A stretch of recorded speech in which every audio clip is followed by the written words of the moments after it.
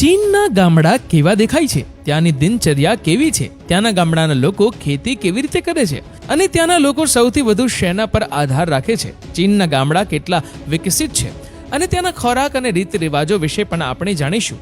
અંતે અમે તમને ત્યાંની છોકરીઓ વિશે એક ખાસ વાર્તા કહેવા જઈ રહ્યા છે, તો તેને અંત સુધી જરૂરથી જોજો.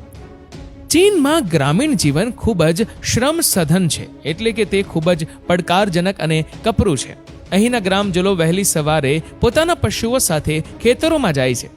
અહીંના લોકો મોટે ભાગે પશુપાલન અને ખેતી પર નિર્ભર છે અને આજે પણ ખેતીના બધા કામ પ્રાણીઓની મદદથી જૂની રીતે કરવામાં આવે છે, તે પણ કોઈ પણ આધુનિક મશીનોની મદદ વગર. ગામ લોકો સવારે સૌથી પહેલું કામ એ કરે છે કે તેઓ સવારે ખેતરોમાં જાય અને પોતાના પશુઓ માટે ઘાસચારાની વ્યવસ્થા કરે.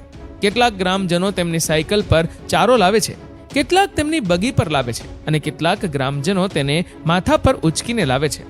તમને અહીં દરેક ઘરમાં ચારાની વ્યવસ્થા કરતા અને લાવતા લોકો જોવા મળશે, કારણ કે અહીં પશુપાલન ખૂબ થાય છે. પશુપાલનમાં ગાય, ભેંસ, ડુક્કર, મરઘી અને ઘેટા બકરા મોટી સંખ્યામાં ઉછેરવામાં આવે છે. ચીનના આ ગામમાં ખેતીમાં ડાંગર એટલે કે ચોખાની ખેતી ખૂબ જ મોટી માત્રામાં થાય છે.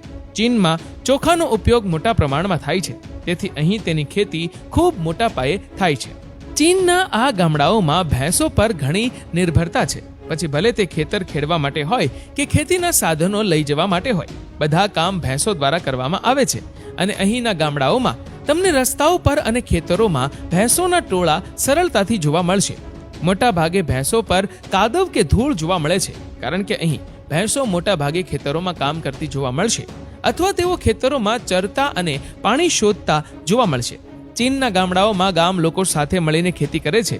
પાક કાપવામાં એકબીજાને મદદ કરવાની જેમ ગામમાં લગ્ન કે કોઈ કાર્યક્રમ હોય તો આખું ગામ મદદ કરવા માટે ભેગા થાય છે.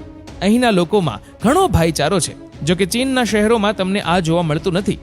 ગામમાં સાંજ પડતા જ ગામના વડીલો સાથે બેસીને ગપશપ કરવા લાગે છે અને આખી દિનચર્યા વિશે વાત કરીએ તો અહીં સ્ત્રીઓ પુરુષો કરતાં વધુ કામ કરે છે. ખેતરમાં કામ હોય કે ઘરકામ હોય કે પછી અન્ય કોઈ કામ હોય, મહિલાઓની ભાગીદારી વધુ હોય છે અને અહીંની મહિલાઓ ઘરના નિર્ણયોમાં પણ મોટી ભૂમિકા ભજવે છે.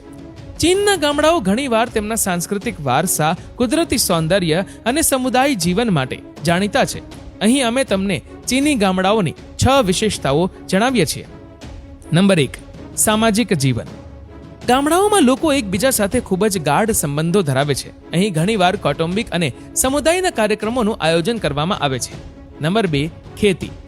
મોટાભાગના ગામડાઓમાં ખેતી મુખ્ય વ્યવસાય છે. ચોખા, ઘઉં અને શાકભાજી અહીંના મુખ્ય પાક છે. નંબર 3, પરંપરાગત સ્થાપત્ય. ઘણા ગામડાઓમાં પરંપરાગત ચાઇનીઝ ઘરો હોય છે, જે વાંસ, લાકડા અને માટીથી બનેલા છે. આમાં સામાન્ય રીતે આંગણા અને ખુલ્લી જગ્યાઓ હોય છે. નંબર 4, સાંસ્કૃતિક પ્રવૃત્તિઓ. ગામડાઓમાં તહેવારો અને સ્થાનિક પરંપરાઓ ખૂબ જ ધામધૂમથી ઉજવવામાં આવે છે. અહીં નૃત્ય, સંગીત અને નાટકનું ખૂબ મહત્વ છે. નંબર 5, કુદરતી સૌંદર્ય. ઘણા ગામડાઓ સુંદર પર્વતો, નદીઓ અને ખેતરો વચ્ચે આવેલા છે, જે પ્રવાસીઓને આકર્ષે છે. નંબર 6, આધુનિકતાની અસર.